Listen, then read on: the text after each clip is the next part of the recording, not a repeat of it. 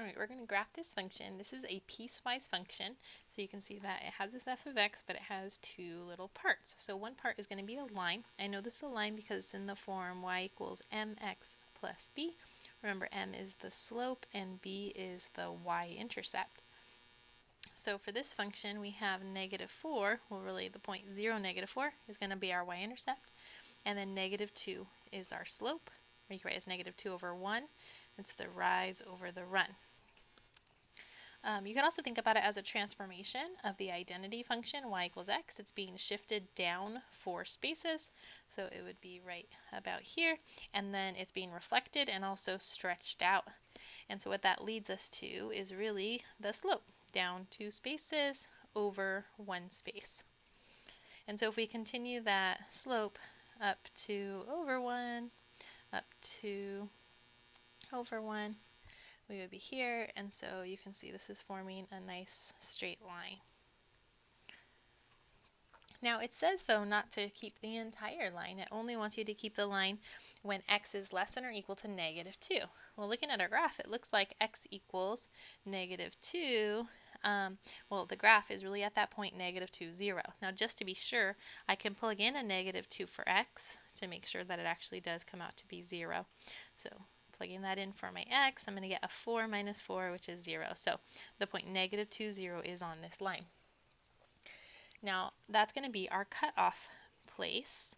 And so just to kind of highlight where we're at, we're really breaking up the function into two parts. And we want to keep the part on the left because we want where our x value is less than negative 2, which is going to be this whole portion here.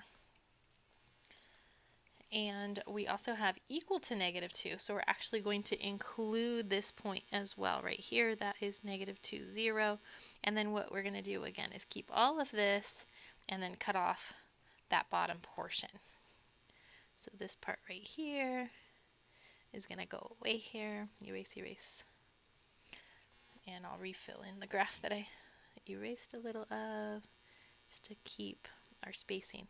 Alright, so the other portion that we have is a radical graph, or a square root. And remember, the square root can't plug in anything negative, but we're talking about real numbers, and it starts at 0, 0, and then kind of like shoots off. And we have a transformation going on here. We're moving to the left 2 spaces. So instead of being at 0, 0, it's at the left 2, which puts us right on that spot here. And so just following the regular kind of form for the square root function, it would go right 1, up 1, and then kind of shoot off. And so you can see that it's at negative 2, 0, because if I plug in a negative 2 plus 2 will be square root of 0, which is 0. So it also has negative 2, 0 on it. Now the piece that it wants us to keep here is when our x's are greater than negative 2. So we wouldn't want it to be filled in. We'd actually have it kind of open, but it's been filled in by the other function. So it doesn't really matter here that we're not including that because it's filled in by the other graph. And so our overall function will end up looking like this kind of line here, and then this is filled in. It's a continuous graph. I'm going to follow along with that curve.